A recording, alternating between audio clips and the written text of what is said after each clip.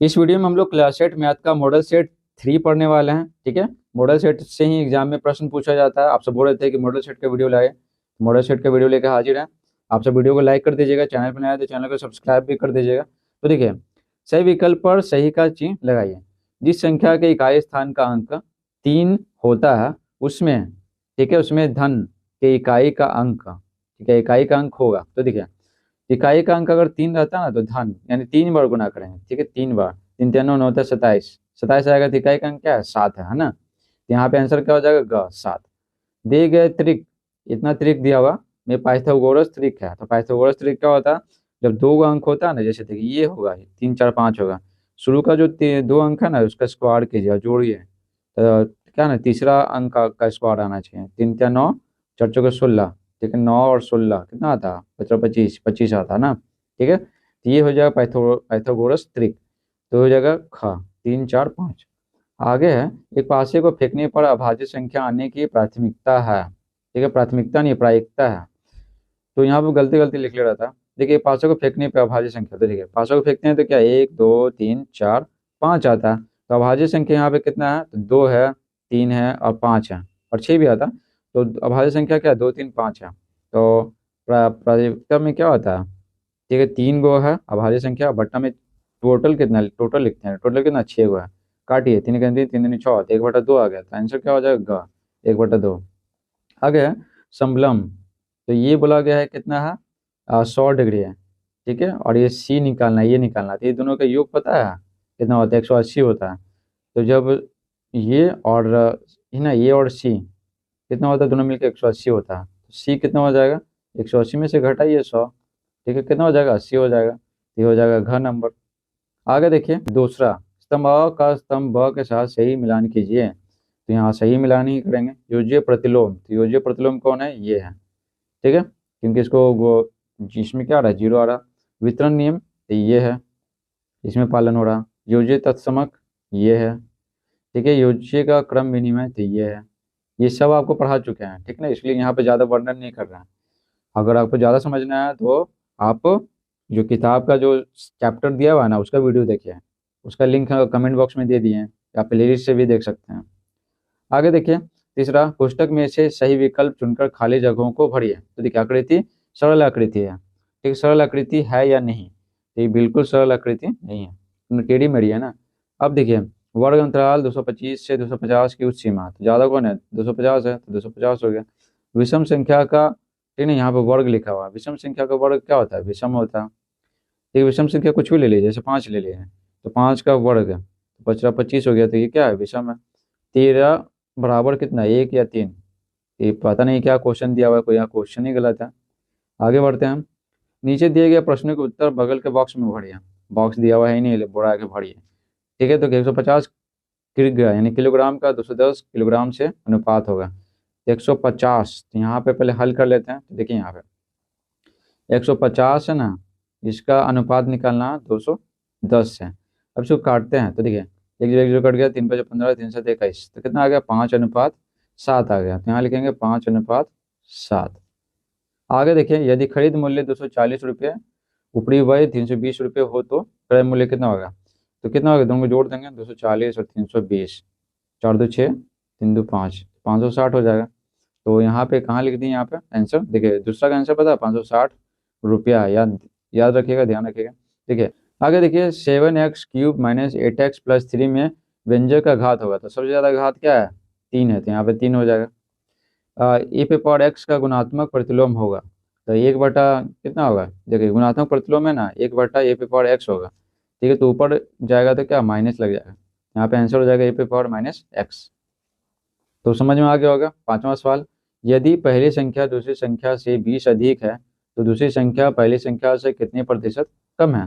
ठीक है, यहाँ पे मान लेंगे, ठीक है, लिखेंगे माना कि, प्रतिशत पूछ रहा है ना, प्रतिशत पूछ रहा है, तो यहाँ पे माना कुछ भी कर दीजिए। माना कि दूसरी संख्या, ठीक है, माना कि दूसरी संख्या बराबर 100, 100 मान लेते हैं क्योंकि प्रतिशत निकालना। तो इसलिए क्या हो जाएगा, इसलिए पहली संख्या, ठीक है, पहली संख्या कितना हो जाएगा, तो ये क्या है 20 अधिक है ना, तो 100 में 20 जोड़ेंगे, 20 अधिक है तो 120 हो गया। ठीक है, अब क्या बोल रहा है, दूसरी संख्या पहली संख्या से कितने प्रतिशत कम है। तो लिखेंगे और यहाँ पे लिखेंगे अब दूसरी संख्या पहली संख्या से कम है, पहली संख्या से कम है कितना, 120 में से अगर 100 जाएगा कितना बचेगा, 20 बचेगा, है ना। तो प्रतिशत पूछ रहा, तो लिखेंगे प्रतिशत कमी, तो कितना कमी है, 20 कमी है, ठीक है। और किससे कितना कम है, पहली संख्या से, तो पहली संख्या कितना है, 120 है, तो 120 लिखेंगे और गुना 100 करेंगे प्रतिशत निकालने के लिए। तो यहाँ पर कितना आ गया, देखिए एक जीरो कट गया, 2 छक 12 हो गया, ठीक है। और काट दें तो यहाँ पर देखिए 2 तिया 6 और यहाँ 50 बार में कटेगा, तो कितना आ गया, 50/3 आ गया प्रतिशत। अब इसको क्या करेंगे, पूर्णांक में लिख देते हैं, ठीक है। तो यहाँ पे देखिए 50 में अगर हम 3 से भागा देंगे, 3 हो गया, 2 बच गया, 3 छक 18 हो गया, फिर 2 बच गया, ठीक है। और तो यहाँ पे कितना आ गया, 16.2/3 प्रतिशत, ठीक है। तो ये हो गया हमारा आंसर। आगे देखते हैं क्या है, छठा देखें, x² + y² का होल स्क्वायर है। तो यहाँ पे हल क्या हो जाएगा, तो देखिए a + b का होल स्क्वायर करेंगे, ठीक है। a + b का होल स्क्वायर आपको पता है ना, a² + 2ab प्लस क्या होता है, b² होता है ना। इसी भी बनाएंगे, तो लिखेंगे यहाँ पर क्या है, a कितना लेंगे, x² लेंगे, b कितना लेंगे, y² लेंगे, ठीक है। तो इसलिए क्या हो जाएगा, x² + y² का होल स्क्वायर बराबर a², ठीक है। तो a का स्क्वायर प्लस 2ab 2ab हो गया प्लस b², b है इसका स्क्वायर, x⁴ हो गया, 2x² y² हो गया, y⁴ हो गया।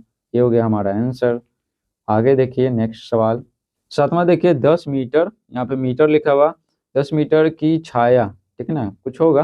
तो नेक्स्ट की छाया सुबह के समय 18 मीटर है, तब इसी समय 120 मीटर ऊंचे टावर की छाया की लंबाई कितनी होगी। तो यहाँ पे उत्तर लिखेंगे, ठीक है। तो छाया की लंबाई कितनी होगी, यहाँ पे छाया की लंबाई कितना, 18 मीटर है। तो यहाँ पर लिखेंगे चूंकि 10 मीटर, 10 मीटर, ठीक है, टावर की छाया, ठीक है, बराबर कितना है, 18 मीटर है, ठीक है। तो इसलिए 1 मीटर टावर की छाया कितना होगा, 18/10 हो जाएगा, है ना, 18/10 मीटर।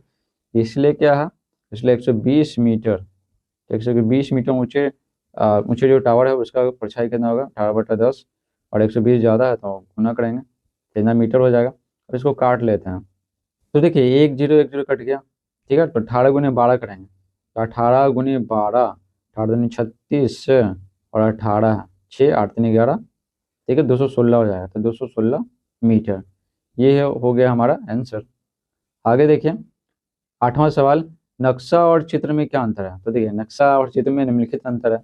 नक्शा देखिए, नक्शा बनाते समय मनमाने अंतरों की अनुमति नहीं दी जाती है, ठीक है, जो है वही रियल है, ठीक है, कुछ हटा नहीं सकते नक्शा में।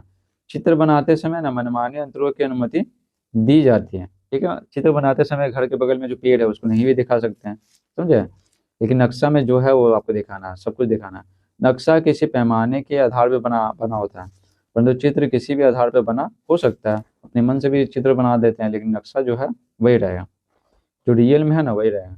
किसी चतुर्भुज का एक विकर्ण 30 मीटर और सम्मुख शीर्षों से डाले गए लंब 10 मीटर और 8 मीटर है, तो चतुर्भुज का क्षेत्रफल निकालें। तो देखिए विकर्ण कितना है, 30 है ना, तो ये वाला जो विकर्ण है ना ये 30 दिया हुआ है, ठीक है, 30 मीटर, और शीर्षों से डाले गए मान लेते हैं ये 10 मीटर है और ये 8 मीटर है, ठीक है। लंब है 90 डिग्री। यहाँ पे ABCD मान लेते हैं, ABC और D, दो त्रिभुज बन रहा है, एक ये वाला त्रिभुज बन रहा है और एक ये वाला त्रिभुज बन रहा है, ठीक है।